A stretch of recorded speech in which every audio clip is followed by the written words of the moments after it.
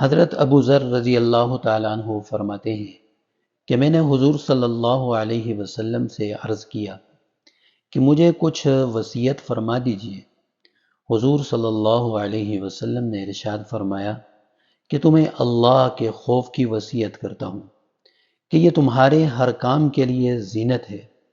میں نے عرض کیا کچھ اور ارشاد فرمائیں، تو فرمایا کہ قرآن شریف کی تلاوت اور اللہ کے ذکر کا اہتمام کرو، جو آسمانوں میں تمہارے ذکر کا سبب بنے اور زمین میں تمہارے لیے نور ہے۔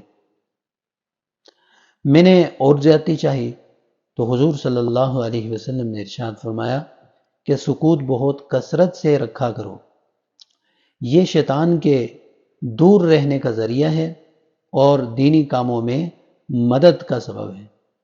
میں نے اور زیادتی چاہی تو حضور صلی اللہ علیہ وسلم نے فرمایا کہ ہنسنے کی زیادتی سے احتراز کرو، اس سے دل مردہ ہو جاتا ہے اور منہ کی رونق ختم ہو جاتی ہے۔ میں نے عرض کیا اور کچھ، تو فرمایا حق بات کہو چاہے کڑوی ہی کیوں نہ ہو۔ میں نے عرض کیا اور کچھ، فرمایا اللہ کے معاملے میں کسی کا خوف نہ کرو۔